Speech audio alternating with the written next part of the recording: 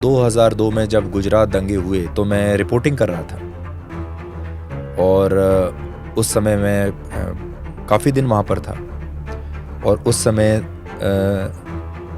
मोदी जी वहाँ के मुख्यमंत्री थे। तो जो मशहूर इंटरव्यू है उनका जिसमें था एक्शन और रिएक्शन वाला, जिसको बार बार कोट किया जाता है, क्रिया और प्रतिक्रिया, वो इंटरव्यू मैंने किया था। इंटरव्यू मैंने किया, वो चला चैनल पे और उसके बाद अगले दिन अखबारों ने उसको फर्स्ट हेडलाइन बना दिया। इंटरव्यू में उन्होंने कहा था कि क्रिया और प्रतिक्रिया, लेकिन ना क्रिया होनी चाहिए ना प्रतिक्रिया होनी चाहिए, वो नहीं चला, लेकिन वो नहीं चला।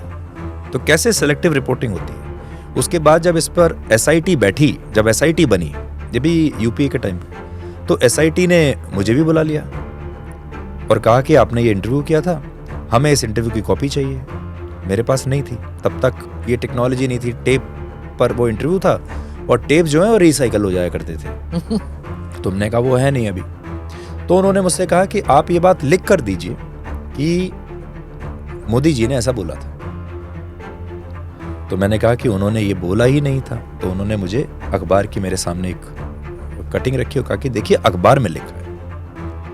तो मैंने उनको कहा कि अखबार ने मिस कोट किया था और जो बात उन्होंने कही उसको खा गए, जो नहीं कही उसको उन्होंने लिख दिया। तो बार बार, मतलब कम से कम उन्होंने मुझे 3 बार बुलाया एसआईटी ने और बार बार मुझसे ये कहा जाता था। और उस समय जो ऊपर के जो लोग थे वो भी ये कहते थे कि तुम क्यों इतना जिद कर रहे हो, इतना ही तो बताना है आपको, बस इतना कहना है कि अखबार में जो छपा है ये सही है और हाँ उन्होंने ऐसा ही कहा था।